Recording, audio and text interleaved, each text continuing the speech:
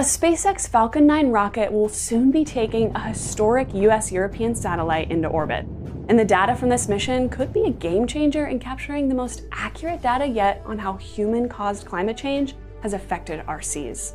An important scientific question that we have is the separation of natural sea level change versus anthropogenic.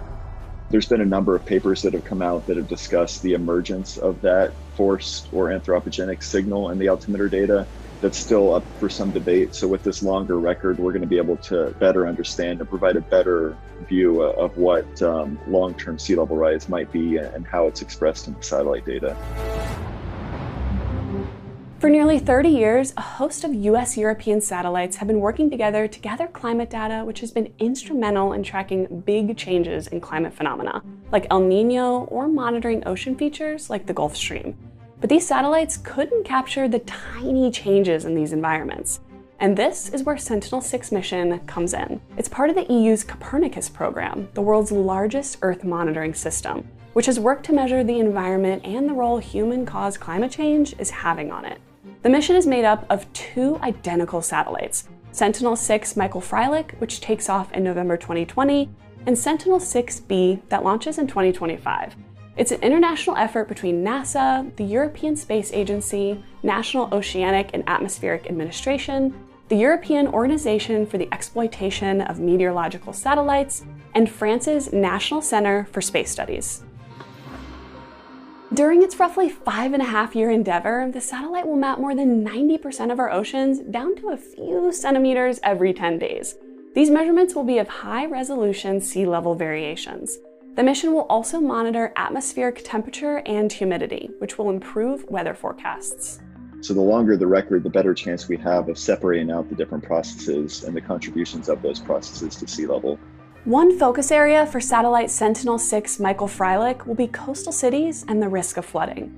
Because based on current estimates, places like the southern tip of Manhattan could flood between 20 to 40 times a year by the 2030s. And that rate of flooding could more than double that by 2100. So having precise, uninterrupted data is crucial, especially since global sea levels, on average, have risen by 3.2 millimeters per year since the 1990s. And I know, it's just 3 millimeters. That's tiny. How can that have such a big effect? Well, turns out an annual 3 millimeter sea level rise is huge. If we look at 1 millimeter of sea level rise globally, it's about 100 trillion gallons of water for 1 millimeter of sea level rise. So if you adjust that, then we have about 300 trillion gallons of water that increases from year to year. So it's really an incredible amount of water that we're talking about.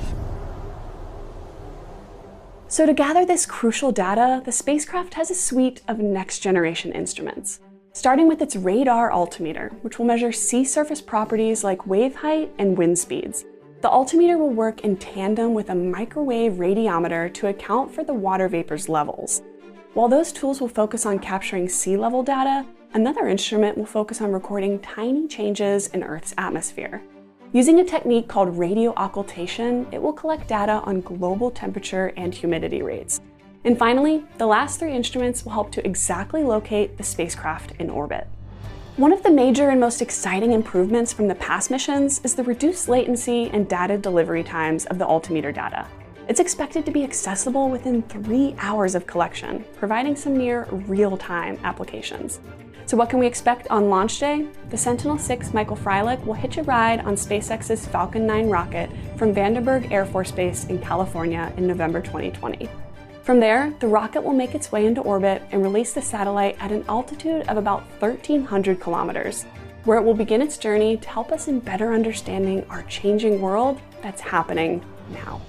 So a lot of times we think about sea level rise and coastal flooding as a future problem, but for coastlines around the world, we're already seeing the effects of sea level rise. So it's a now problem. It's not really a future problem. So it's critical that we make steps to improve our scientific understanding, and certainly the satellite plays a big role in that.